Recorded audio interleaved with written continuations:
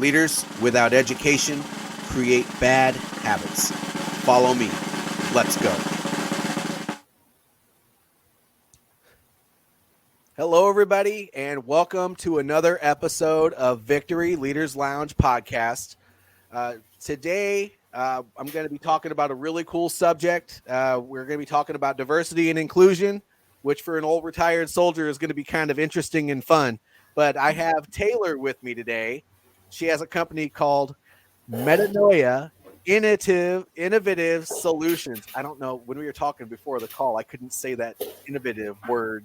I've said it multiple times. But anyway, Taylor, I'm happy to have you on the call. Can you tell us a little bit about you and what you're trying to do with your company today? Yes, absolutely. So my name is Taylor. I am a nurse by trade. I've been a nurse for about 14 years, and I am a woman of color that has risen to some pretty decent levels within my career path in healthcare. And I have recently started a company, which is Metanoia Innovative Solutions, where I am offering transformational life coaching as well as breath work, theta healing, and I will be adding Reiki into that soon. And even some of the core fiber of my business and my reasons why, which there's a lot of them, but one of my biggest ones is to create more diversity in the space of coaching and healing. To even if somebody sees me and they're like, what's that breathwork thing? Well, you know what? She looks like me. I'm going to give it a shot, because there's just not a lot of diversity yet. And I hope to change that narrative for my kids and for future generations. So I am doing the things and showing up and doing all the uncomfortable growth stuff. So I'm happy to be here. Oh, happy to have you here. And you know what you just got done saying that kind of resonates with me is that connection piece. You know, oftentimes you see people doing things and they're successful doing things, but you always feel like success is out of reach for you.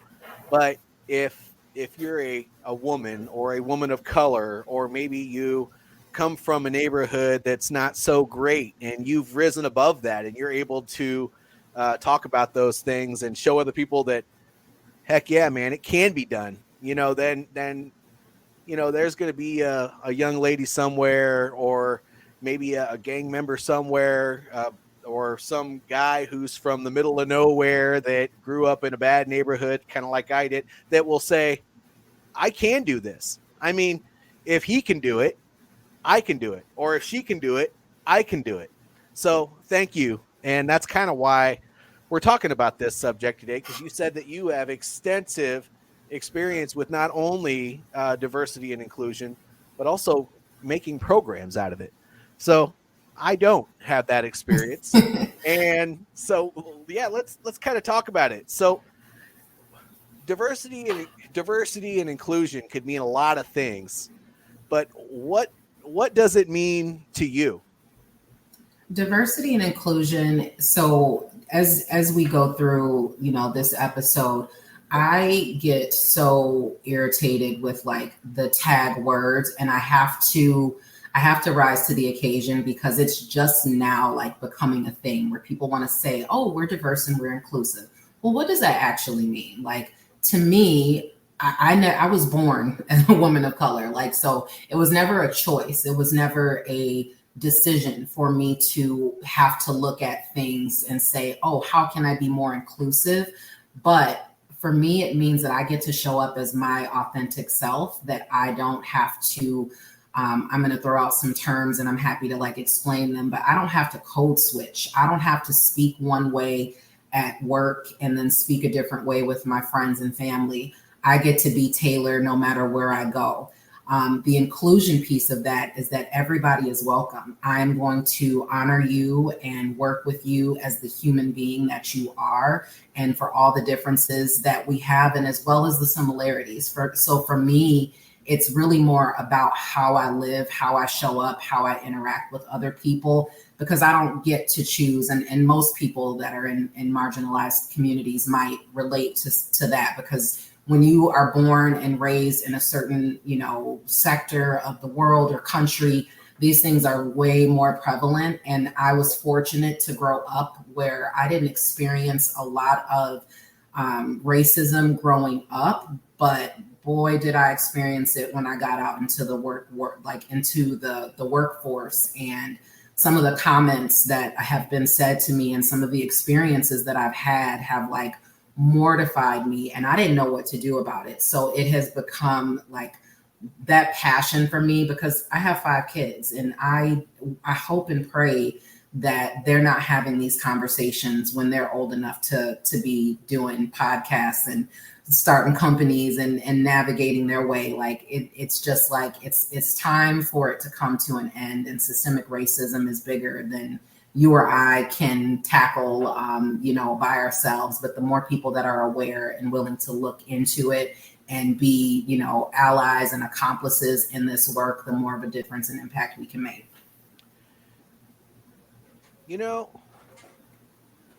This is supposed to be America, the land of opportunity. And, you think about it, you think opportunity, and everybody from every other country wants to come here. But these are the things that we deal with. And it's easy for me to say that, right? Because I'm this white guy in a collared shirt on the other side of a call. I mean, you would think that for me that there's all this opportunity out there. But I grew up with everybody talking about, and pardon me for saying so, but they would say things about black people. I grew up in the Midwest, in the middle of Iowa. So they would say things about black people and Mexican people and Indian people. And, as a young person, as a young child, that was very, very confusing to me.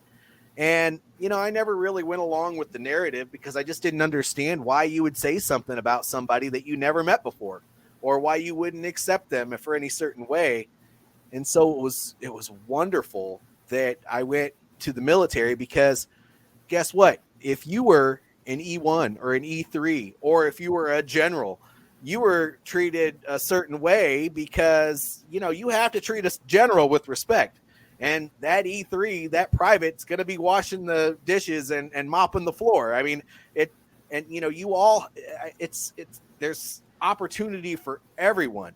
And that's when I really understood that it doesn't matter who you are or where you come from. Everyone. It doesn't matter what you look like, what gender you are, where you come from. Everyone has something to bring to the table. And it really opened my eyes. And it was like, what? I really came from an environment where people just had their minds closed off. And so really, now that you kind of defined what you said, diversity and inclusion was,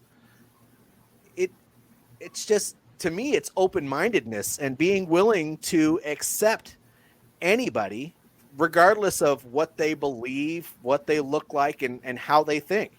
So I think it's beautiful. And I don't understand how this can be the land of opportunity, and we still have people that discriminate against those things.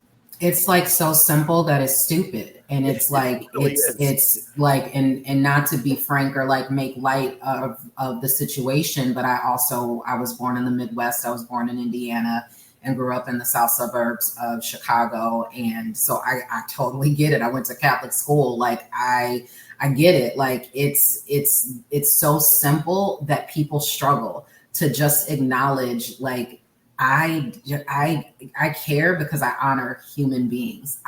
Whatever your experience is, I don't care what your religion is. Personally, I'm Christian and I believe in God.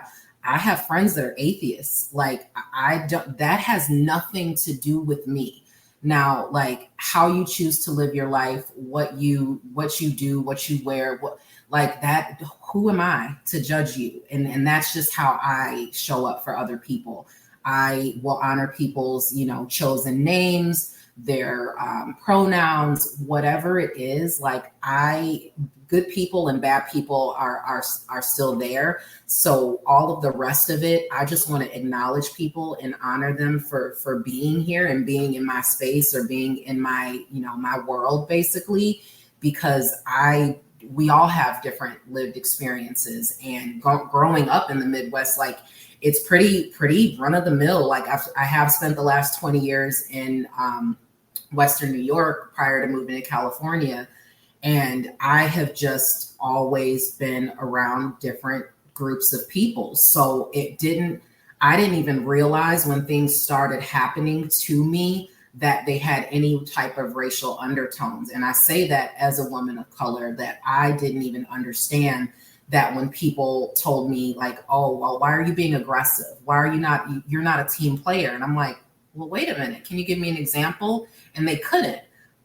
Then I started to understand, because I'm literally speaking the same way that I'm speaking right now is how I talk at work. It's how I talk at home. This is like my normal tone of voice. I don't yell at people. I barely yell at my kids. I'm not going to yell at somebody in the workplace. So when I was told I was aggressive, like what about me? I'm barely 5'4". What about me made you think that I had this this aggressive demeanor? And I was told, and this is one of my first mentors, and she was a white woman, and she, said, Taylor, I'm going to tell you something, and I don't want you to take this the wrong way, but honey, you cannot stand with your arms folded in meetings. Like, you look very, resistant, aggressive, defensive, like all this stuff. Had she not told me that early on in my career, I don't know that I would be where I am, because nobody was telling me either.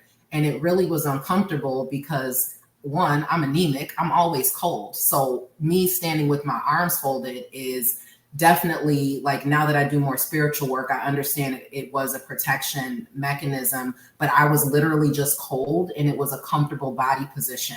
So I have consciously, for like the last 10 or 15 years, I think about how I'm being looked at by others in a meeting, and I will stand with my hands folded in front of me, or I'll stand with my hands behind me, and I talk with my hands because that's how I talk.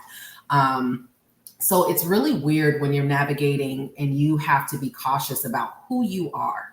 Literally, if you talk with your hands, you talk with your hands. But because I'm a Black woman, I have to worry about someone perceiving me as the angry Black woman, the resistant Black woman.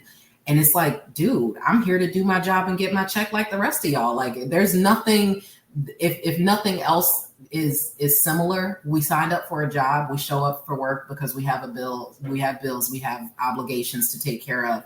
If I don't like this job, I have enough common sense to look for another job. Like, sure. It's that simple. But it was very eye-opening, but I'm so thankful that I did meet people along my way that would tell me and give me those harsh truths of like, I don't like this any more than you do, but this is the reality of what you're dealing with. And this is like bigger than you.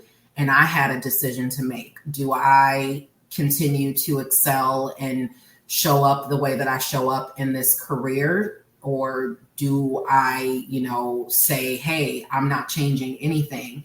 And I did find myself making a lot of changes to like who I was and how I operated, and almost to a fault at times, because then it was like I was trying to be something that I wasn't. And it's been a journey to get back into a zone where I'm like just comfortable and I can be myself and express my ideas without it being seen as resistance. Like, just because I disagree, maybe I have more questions. Maybe I need someone else to explain it so it makes a little bit more sense and it clicks for me. But when race is a factor in all of that, there's like, I'm working 10 times harder in my head than most people are, all day to be on and to do my job at work. It's exhausting. I'll be honest with you. If somebody told me I was being racist, it would confuse me, because I don't think like that. But on the other side of that,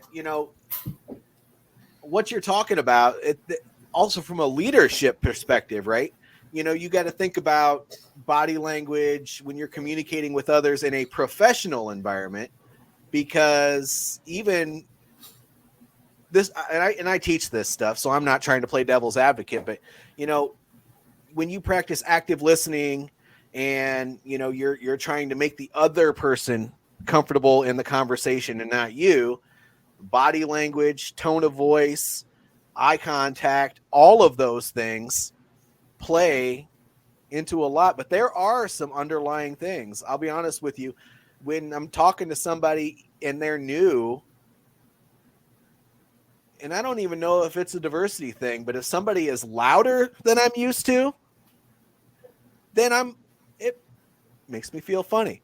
If somebody is really soft, I also really don't know how to react to that, because am I going to offend this person? I mean, I'm kind of outgoing myself. So am I going to say something to hurt this person's feelings?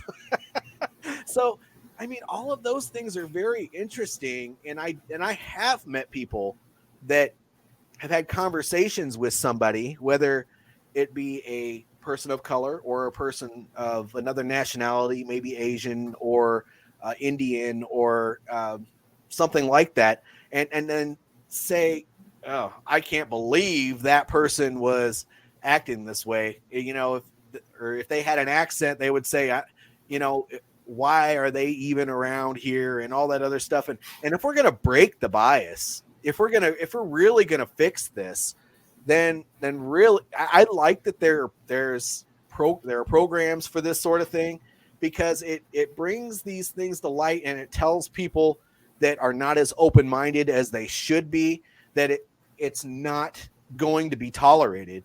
And, you know, they may not directly, knowingly to that other person that's in the conversation,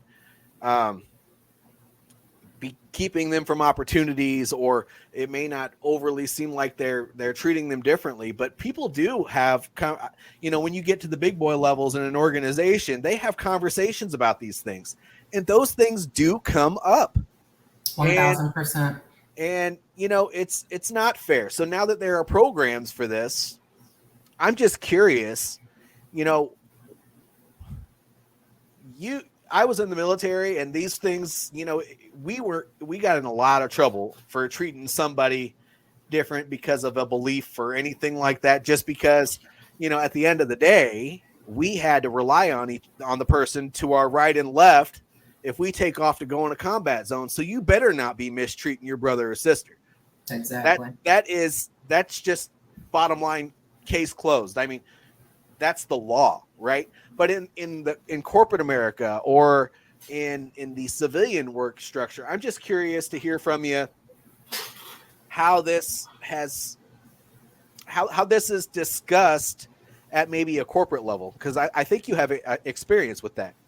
Yeah, so I actually have worked for, I mean, pretty much my whole career since I became a nurse has been in healthcare, either in home care or in reproductive health care mainly. And what I have seen, and I'll give some tips here too of what I value when I am seeking employment in that sector, is not only do the companies, you know, now everybody kind of has that little diversity inclusion statement. I want to see, you know, employee resource groups. I want to see people, the company, the organization actually putting money into training all of their staff on implicit bias. Because I will tell you that I took a training years ago, and I thought because I was Black that I didn't have implicit bias. I'm like, oh, that doesn't apply to me. Oh, yes, it does. I just had no awareness. I'm thinking because I am a marginalized piece of the population that this was not possible for me. So I had to get stretched beyond what I thought. I'm like, oh, I'm open-minded. I used to make this comment to say, oh, I don't care if people are yellow, blue, purple. You know, actually, that's like really disrespectful. And I had no idea, because there are no yellow, green, blue, or purple people. People are brown, people are white, people are different shades. But it was almost what I began to understand was that when people made those comments, they were literally saying they didn't see me. And when people, I've had this happen, and it still happens, and I lovingly call people in. But when people are like, oh, yeah, I'm not racist, I have a Black friend. I'm like, ooh, girl, don't say that. So it's a lot of the language has changed. And while you can't keep up with the terms necessarily unless you're really in that work, it's really important to just listen when you are called in. We've switched to say, instead of I'm calling you out, I'm calling you in. I'm going to let you know that maybe your intent was this, but this was the impact, and this is how that landed. So for me, the company that I would, that I want to be a part of are ones that are not just doing those check in the box. Oh, we offer implicit bias 101. It's so much more than just implicit bias. That is a great foundation. So I don't say that to be discouraging, because this is an overhaul of literally, this is diving into systemic racism, and it wasn't created overnight. And I have accepted that it will not be eradicated overnight. But when a company puts the training and support, and like I said, the employee resource groups, when they actually show we're creating these spaces for people to honor their differences at work, that's what speaks to me as an employee. Like, they actually give a damn. They are not just trying to put that check in the box and say that they offer this diversity training. It's just like going through HIPAA or OSHA. Like, we all have to do these things because we work in healthcare. There are these rules and regulations, but to really feel valued and seen, that's kind of how I look at it. When people put the resources and the funding and create a budget for it, because when you're working, everybody's like, oh, there's no money for that. And I've been in non-for-profit for the majority of my career. There's no money for that. There's no money for that. There's money for whatever you want to make it be for. And there are donors, and there are different grants. There's all types of stuff if you're willing to put in the work. So if a company is willing to put in the work and honor and acknowledge in those ways, those are things that I personally like. I really I'm drawn to when I'm looking for employment, and I aim to do the same thing in my company, to really provide that level of transparency and openness, where if somebody's confused, they can just ask. It's better for them to ask and get the clarification, or at least get my perspective, than to walk around scared to talk to people that are different than them, because they're like, oh, I don't want to say the wrong thing. We're human. You're going to make a mistake. Apologize and move on. That's all you got to do. Like, it's really that simple. Now, if you keep doing it, that's a different conversation. But if somebody's brought it to your attention and they can bring it to your awareness of like, I can see, and you don't have to understand completely, but just honor that person's, experience and what they're telling you, how it made them feel. And that will go, that goes a long way. That simple acknowledging, kindness, compassion, and mending that relationship and moving forward, especially at work. It's like so important. Yeah. I will say when younger JJ or maybe PFC Hardy back in the day, when I first went on active duty, I left from here in Iowa and went there, and I'll be honest with you, I was very ignorant. I didn't have anything against anybody, but I definitely mirrored some of the language that I grew up with. And I mean, when you are in a place where it's predominantly one race, there's things that are unacceptable in other races or in other cultures that if you've never been exposed to it, you just don't know. And you'll have people looking at you like you have something funny growing from your forehead, and then they turn around and walk away and go say something to somebody about it. And then next thing you know, you have your supervisor coming up to you saying, hey, did you say this? And I'm like, well, yeah, I did. Well, did you know that you violated this policy, this policy, this policy, and this policy? How is that a violation of policy? I don't understand. So I like what you're saying, where you have these employee resource groups or even intuitive enough leaders in organizations to be able to pull somebody off to the side and have a structured conversation to bring attention to it, not necessarily to say you can't work here, or you're racist, or you're not accepting of other cultures or something like that, but just to say that this is not necessarily wrong, but who you said it to and their culture, they have certain beliefs that when you say that, this is what it means. And I was lucky enough that I had decent enough people where they would start off the conversation, hey, it's the military, of course. But Mhm. hey, look, dummy, check it out. You can't say that because of this. And I'd be like, oh, oops. And then I of wish course it I'd could want be that straightforward sometimes. Be like, look here, stupid. Like, not to, like to make it more like personable. Like, cause in my outside of work, I would talk like that, like, come yes, here, like, come here, dummy. Like, yep, and I could, but when you hear my tone and you see my face and I'm smiling and I'm laughing, you wouldn't feel that you're going to get fired for something. So for me, that, yes, that communication, because you don't know what you don't know until you don't know it, and it is not your fault, just like it wasn't my fault where you were born, how you were raised, the circumstances that you grew up in. But when you get out and you know different, you can make the choice to do different. So like that's where I come from, where I I'm not my circumstances. I'm not that, I'm not those things, but I am proudly, existing in this space now. And I'm taking up that space that maybe my ancestors were afraid to be vocal about these things. mm-hmm. That's not my story. It's not, that's not, I honor that. And I love, I'm learning to love all of the things that make me me. And that's the process. When the world is not your friend, when you are, when you hear that. And I honor the military. I know when we first spoke, I'm like, thank you so much for your service. And I have people in my family that are in the military. When people say the land of the free, like, we're Black people in particular, because that's where I identify. We're not free. Like, I had to have a conversation with my Black son, like the conversation years ago. He's 15 now, about how to act if he's ever out with his friends and they're approached by the police, because my son wouldn't hurt a fly, but he's a Black man existing in America. So like, I was just under the impression of like, oh, I'm just going to teach my kids to be good people and be nice. And, I was lovingly called in by, I was in an African American leadership development program that literally changed my life. But they were like, you haven't had the talk with your son? And I'm like, no, what talk? I just tell my kids to be great, carry on, be nice, be respectful. They were like, you need to think about that. And I came home and I talked to my husband about it. And like, it was like, yes, it's time. He's 6 foot tall now.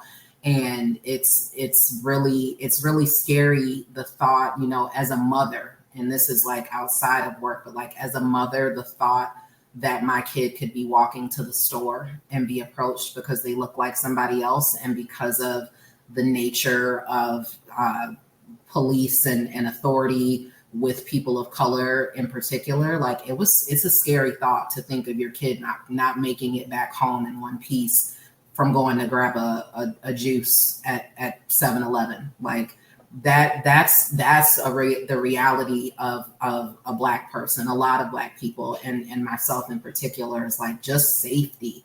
So when you're at work, I don't want to feel unsafe at work. I want to be able to have those conversations that people can say, it's not that I'm perfect because I'm Black. That doesn't make me an expert in these matters. It just makes me have a different perspective, that I value those direct conversations. I'm like you. I'm a very direct person, and when I have people that are my team and they're super soft spoken, I'm like, oh Lord, like, how am I gonna like soften up a little bit? That's not me. I'm not this warm, fuzzy, like, give you a hug and let's talk about your feelings. Like, that's just not me. And but I have team members that are, and I have to, as their leader, make those conscious decisions to make sure that they know that they can approach me. So I really value being able to have those direct conversations with people, because you don't know until you know. And now once you know, if you continue to behave that way, then I start to think, well, maybe this person is racist, but that's also never for me to determine. Like, I've actually never said that to a white identified person of like, oh, I think that's a little bit racist. I don't even really use that word. I'll say, I don't, maybe you didn't mean this, but this is how that came off. That's more how I have conversations, because it's racism statistically is very, like, it's up there with pedophilia. Like the great fears of the world is like people are more terrified to be identified, or as terrified to be identified as racist as they are to be identified as a pedophile. And that's like some stark difference, but that's reality. When you put people, if I were to approach a conversation with a white identified person and say, hey, bud, I think you're racist, you shut down. You lose the opportunity to even receive what else I have to offer, because now I've accused you and I've put you into a place of fear and angst and all these other emotions that if I could have just said, hey, can I speak to you really quick? I overheard how you said this to this person. And from my perspective, that was a little insensitive or rude. And this is why. You might actually say, you know what, Taylor, thanks. Versus if I just came up and said, dude, you're racist, you'd be like, well, screw you. You know, like I'm not racist. And now you're defensive. So you're not hearing anything. So that approach of being direct and personable is everything.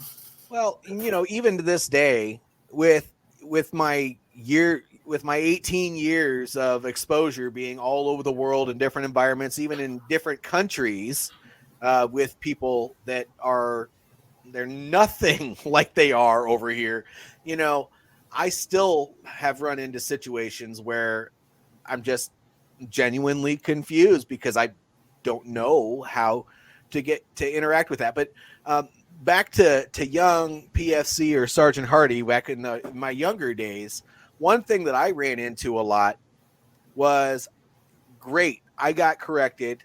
I was explained why something I said would make somebody else feel uncomfortable or offended or what have you.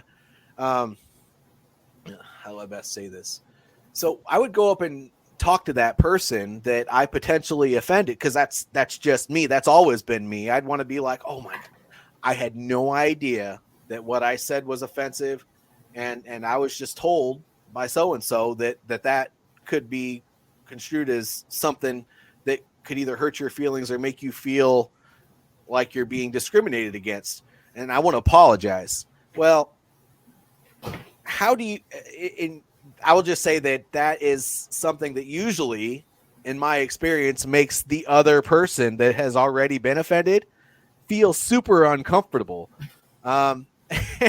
Then you're like, I can't. It's almost like when a man is talking to their wife. It's like a no-win situation. So, have you been in an experience where you've helped kind of mediate something like that to let somebody know that, hey, you know, he just genuinely doesn't know, and maybe help smooth that situation out on one of your teams?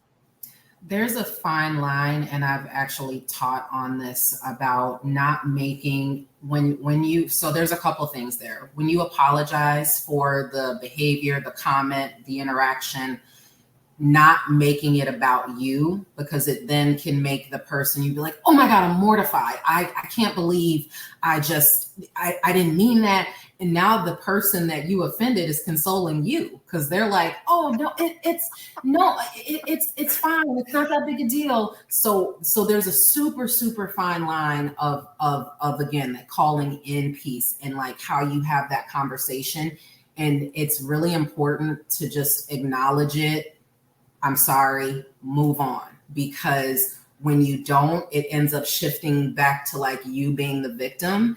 And then it takes away from that. It takes away from the apology. Because like now I'm apologizing to you and I didn't do anything. I was just here and this happened. So yeah, it can be very tricky to have, like, these conversations should not be this difficult, but they are. You know, sure. Like that's just sure. Where we are here in 2023, that we're still even having these conversations. But just literally going in and apologizing. So I've had to facilitate these conversations. I've had to clean up the messes after these conversations, because I have had that person, you know, that was trying to be, I've seen it on both sides. I've seen the person that was trying to apologize come to me like, oh my God, now it blew up. Now it's worse. I think this person hates me, and I'm consoling them. And then I've had the person that was the possible person that was offended come to me and have this assumption of just that unspoken relatability, because they're of a marginalized community. I'm of a marginalized community. So there's like this just we get each other piece. But when I'm on and I'm at work, it's more than that. So I have to treat everybody the same. I have to give the same responses, because one other thing that I learned very early in my career, people's perception is their reality. So however I show up for my white identified staff, I have to show up for the Black, my Asian, and any other, ethnicity or culture that I interact with on a regular basis. Because when you're a leader at work, whatever field you're in, you're their person, you're their go-to. You're in your role for a reason. So if you can't lead effectively with a diverse team, that's when you raise your hand as a leader and you ask for help. I have messed up myself, and I've called my own department, my own organization's department of, we have a group of diversity, equity, and inclusion. It's an actual department. And I've called and said, oh my God, I think that I said something, and how do I make sure I never do this again? And how do I make this right with my team? I had to eat that as a Black woman. Like, I had to understand that my visceral response to a situation as a leader wasn't appropriate, and it might have offended somebody. So it's even more challenging when you're in a leadership role and you have to think from multiple sides of the table. I can't just think as Taylor. I can't just think of the Black woman. I can't think of the mom. I have to be like, oh my gosh, like, I'm these people's boss. And I use boss and leader interchangeably, because I'm a servant leader at heart. Like, I won't ask my team to do something I wouldn't do myself. I've plunged toilets. I don't give a crap about your title. I give a crap about how you treat me, and I care about how I treat you. So, like, for me, that's how I lead. But that's what makes me super effective at my job. Because if my team can come and feel valued as themselves as individuals, they're going to work harder for me, which allows me to be better at my job, and everybody wins. But if people are feeling closed off and like, well, I'm just going to do the bare minimum because she doesn't give a crap about me, I've had that experience too. So it's really, I've had a multitude of those experiences that throughout my career, that I feel like the more it sucks that they still happen, but the more that I have to have those conversations, the more fluent I get. If it happens once a year, it feels like, wait, what do I say? Don't say the wrong thing, the wrong term. I still have that fear. Yeah. But the more I have it, the more people talk about it, the easier it gets. Sure. Well, I really appreciate your perspective, and I agree with everything you're saying, and honestly, sometimes as a white man in a leadership environment growing up through the years, I've had very diverse teams. So once I got my first promotion, I had a rude awakening, and thankfully, this is the one thing I tell everybody. You don't always get to choose your boss, but I have been so blessed throughout my career as an adult leader in almost every situation that I've had people help me through situations rather than just, hey, you dummy, every situation, and just make me feel like bottom of the barrel. So I've really been groomed for everything. And I think what you're saying kind of goes along with that. And regardless of how you feel about it, you got to have that personal courage to address it anyway. And sometimes it's not even you addressing it. If somebody feels uncomfortable with you and they've come to you and said, well, I think he might have some beliefs about me and he just treated me such and such a way. I don't really want to tell you much about it. I don't want to get him in trouble, but he made me feel uncomfortable. But that they talk to a supervisor down the way all the time about things like this. Mm-hmm. Sometimes you got to pull people in, and that's been my experience because I've dealt with this a lot. I say that I haven't, but there's an equal opportunity program within the military that requires you to make sure you include everybody to a certain extent, try to, and not treat people different based on race and background and all that other stuff. I guess DEI is just the civilian way of saying it. And being able to leverage others is also a great quality to have as a leader. And because I'm that typical white male, that I'm just going to be honest with you. In a lot of situations, it can be easier for me to have opportunities because of that. And I have people know that sort of thing, and they just think that, I can't go to him because everything's been easy for him. They don't know my background, but from the outside looking in, that's exactly what it is. I mean, I did grow up poor, and I had nothing, and I did have to work my way from the bottom all the way to the top. But, that is how people see me before they get to know me. So that is definitely one of those things that I've had to deal with. So this has been an awesome topic.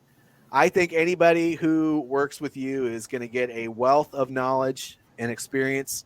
And more than anything, I just appreciate you taking the time to meet with me on my show. If you're on YouTube, you'll obviously be able to see this.